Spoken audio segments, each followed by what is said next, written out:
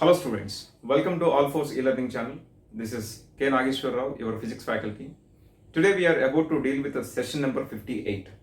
In the previous session, we have dealt with law of conservation of linear momentum and few applications were discussed. Okay, in this session, I will start with a few problems connected with the law of conservation of linear momentum or principle of conservation of linear momentum.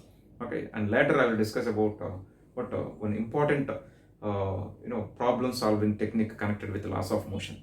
Okay, so let us proceed. Now let us discuss this question. So let us see what is given here.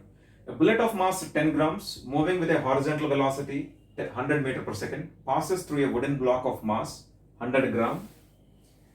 The block is resting on a smooth horizontal floor. Smooth horizontal floor in the sense the moment when the bullet touches the block, the block, it sets into motion. It can be set into motion because there is no any opposing force, right?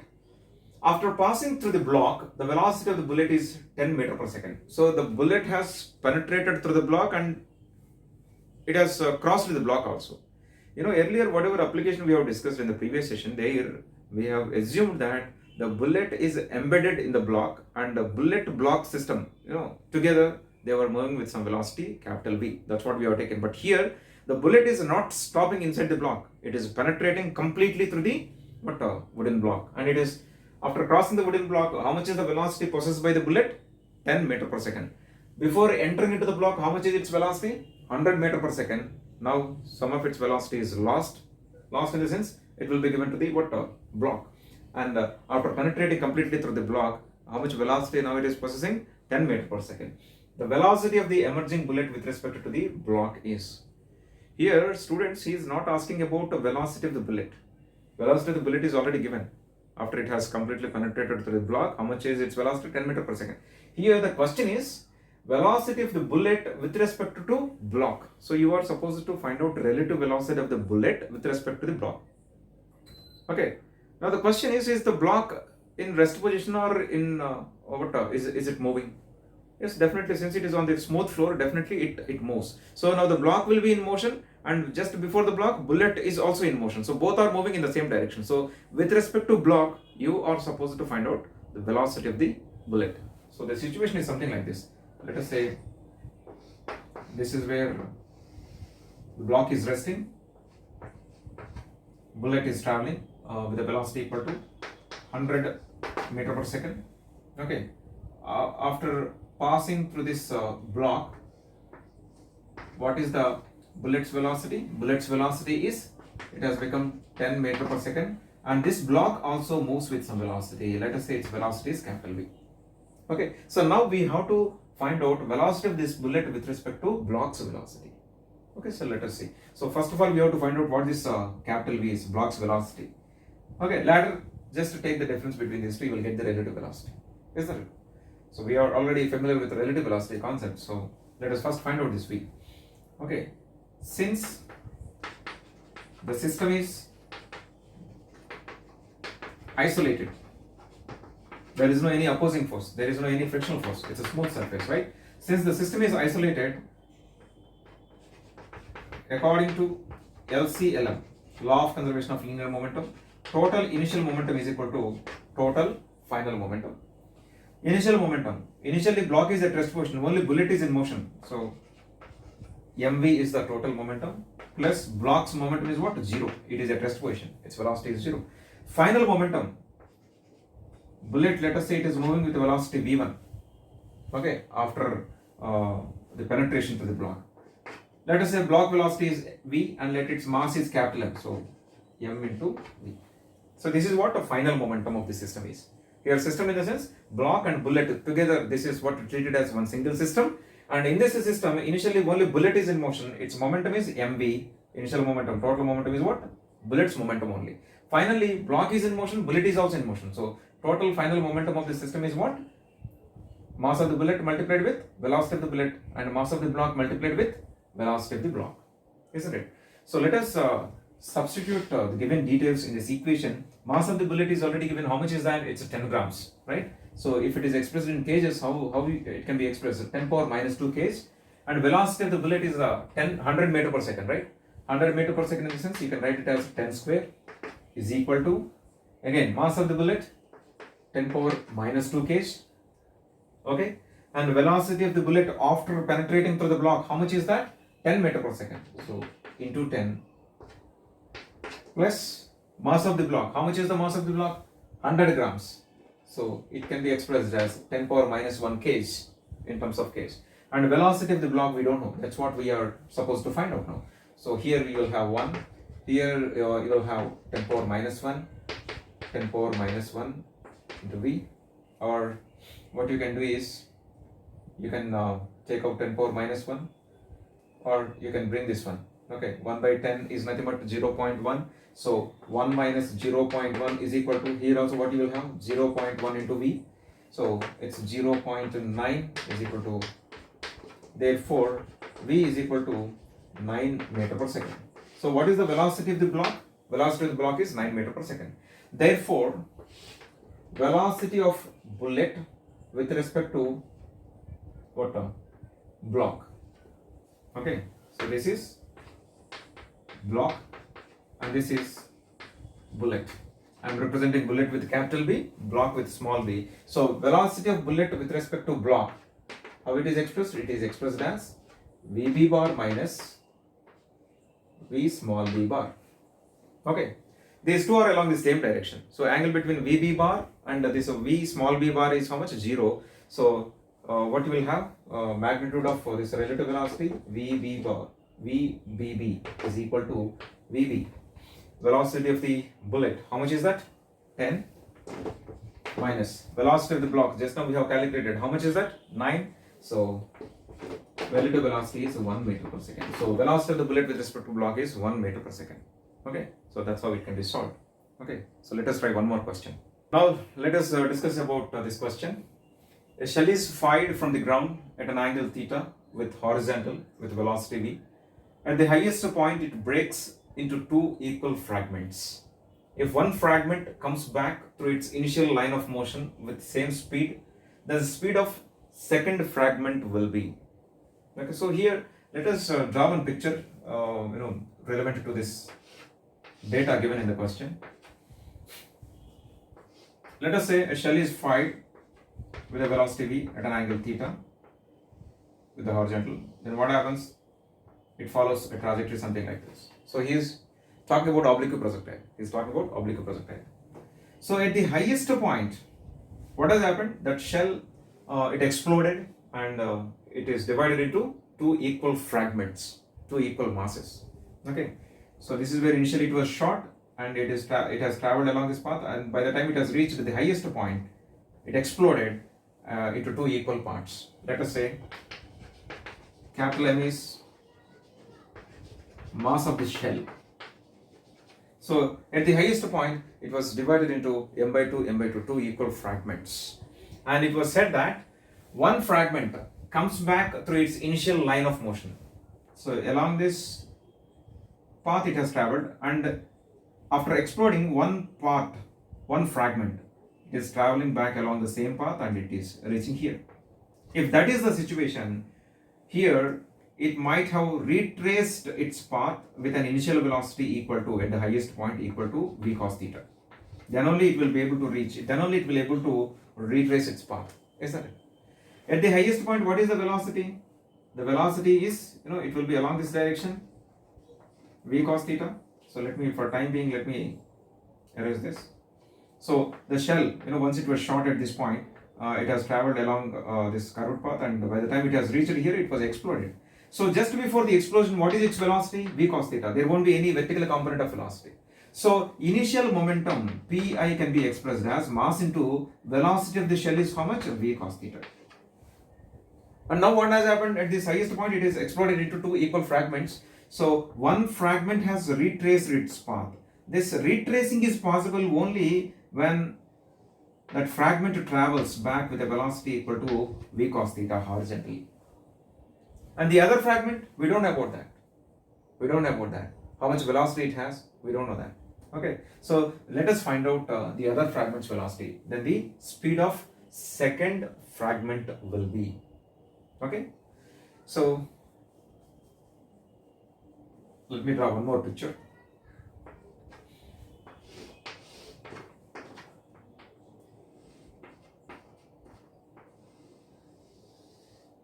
So this is where the explosion has occurred. After the explosion, one piece has traveled along this path. It means its velocity, in the backward journey is v cos theta. Then only it will be able to retrace its path. Okay. So the other part we don't know. We don't know about that. Okay. The other part's velocity is unknown. So I will assume that the other part's velocity is some v1. Okay. If that is the case, final momentum can be written as, okay, since this one fragment is traveling in the opposite direction, in the backward direction, okay, corresponding momentum can be expressed as mass of the fragment. Mass of the fragment is how much? M by 2. It was said that it is, the bomb shell is divided into two equal fragments. So mass of this object, which is this part of the bomb which is traveling along this path, will be how much? M by 2. And what is its velocity? V cos theta. Plus the other part's mass is also M by 2 only. Both are divided into two equal halves. But the other part's velocity is unknown. I will take that velocity as V1. Okay. So according to law of conservation of linear momentum, what we can say? Pi is equal to Pf, isn't it? And here, Pi bar is equal to Pf bar, like that you can write. Okay. So since you have already considered this sign, no need to go with the vector notation. Okay.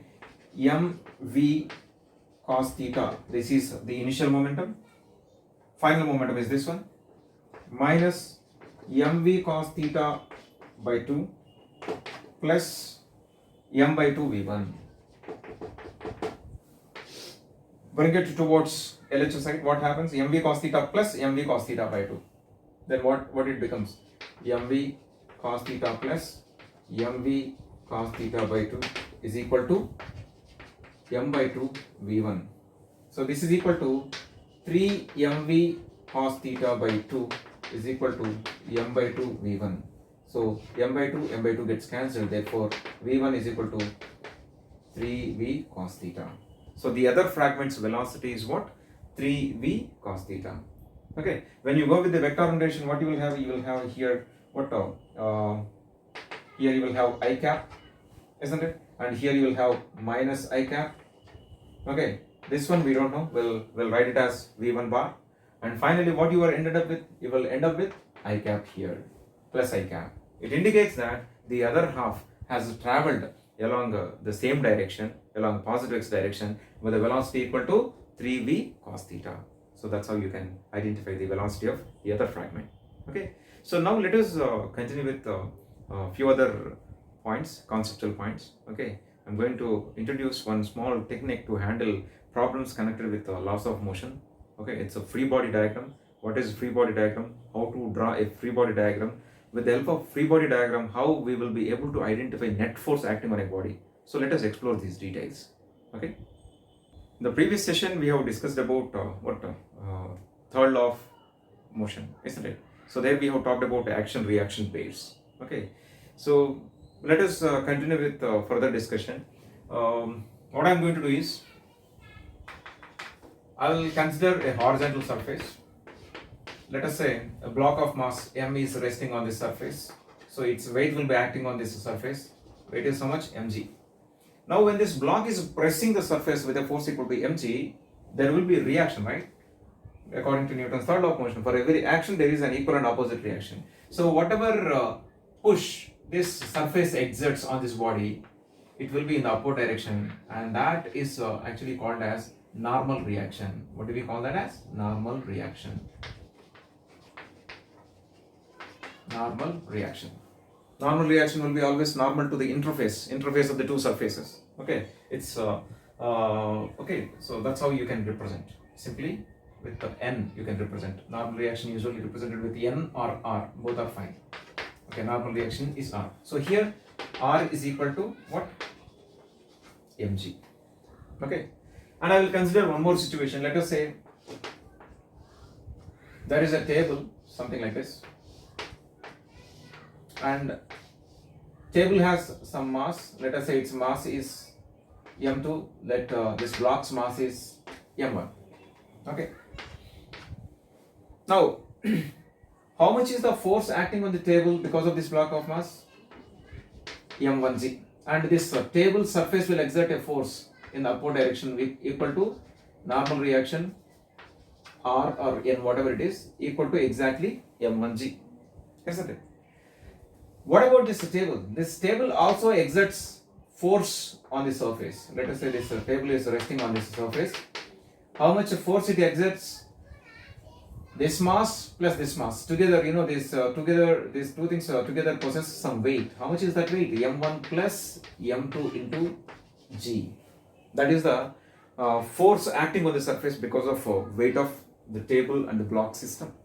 So there will be a normal reaction equal to, let us say, some R2. Here I will take it as R2, I will take this one as R1. Okay. So if you see these diagrams, what we identify that several forces are involved. Even normal reaction is also a force. Whatever force of gravity is acting, that is also a force. Further, when we deal with a few other models, we'll be having like pulleys and several blocks of masses will be connected together. So there will be too many forces involved in the system. If that is what you are about to deal with, to handle all those forces, okay, there is a small technique, okay, small method called free body diagram method.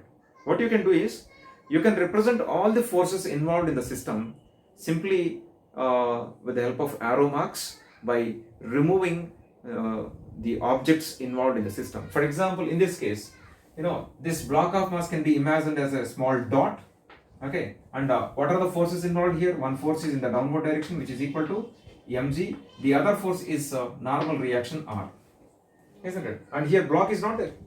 So for study purpose, for analyzing the situation, for solving any numerical problem, or to derive any equations, what you can do is simply in place of block, you can put one dot and you can represent all the forces involved like this.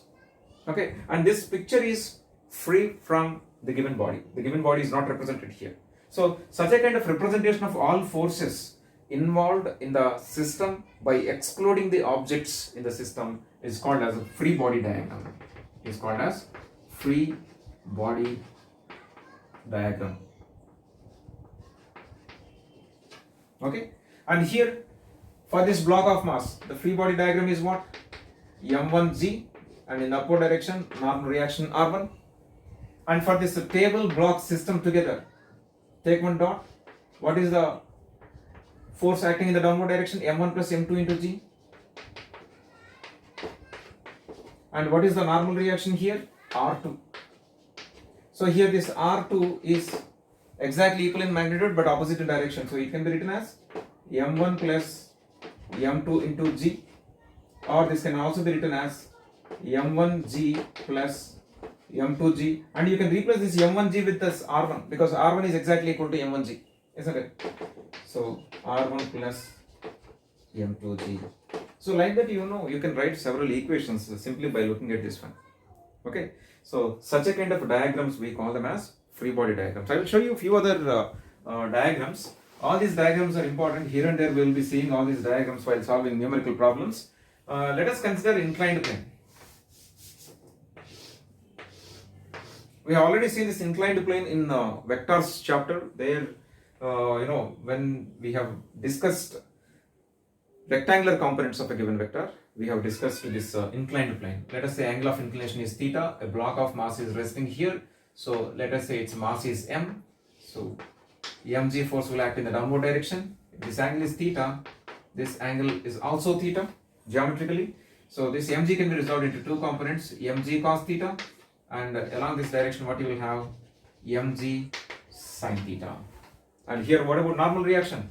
Normal reaction will be in this direction, normal to the interface. It's not like normal reaction will be always opposite to mg. Some of you, by mistake, you will represent normal reaction in the upward direction, but it is not in the upward direction.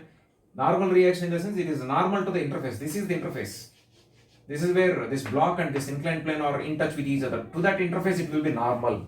Okay. So in this situation, see how many forces are involved. Mg sin theta is there, mg cos theta is there, normal reaction is there. Simply what you can do is, you can take one small dot like this. Okay. This is what? Mg sin theta, and this is mg cos theta, and this one is normal reaction. And here normal reaction is exactly equal to what? Mg cos theta. Okay. M is equal to mg cos theta. So if the friction, the inclined plane is smooth. Okay, this mg sin theta, what it does, it will take the block of mass down the plane. So net force or resultant force acting on the block of mass is how much? Mg sin theta. In this direction, is there any resultant force, net force? No, because both are equal in magnitude, opposite in direction. So net value will be equal to 0. So in this direction, net value is 0, whereas along the plane, there is a net value of force acting on the block of mass which is equal to mg sin theta. So after drawing this free body diagram, you will be able to identify net force very comfortably. Okay, if you are very much adapted to all these kinds of models without drawing free body diagram, also just by looking at the picture, you can write the equations. No worries. But this is what a free body diagram is. This is how you can represent all the forces by excluding the objects involved in the system. Okay, let me take one more example.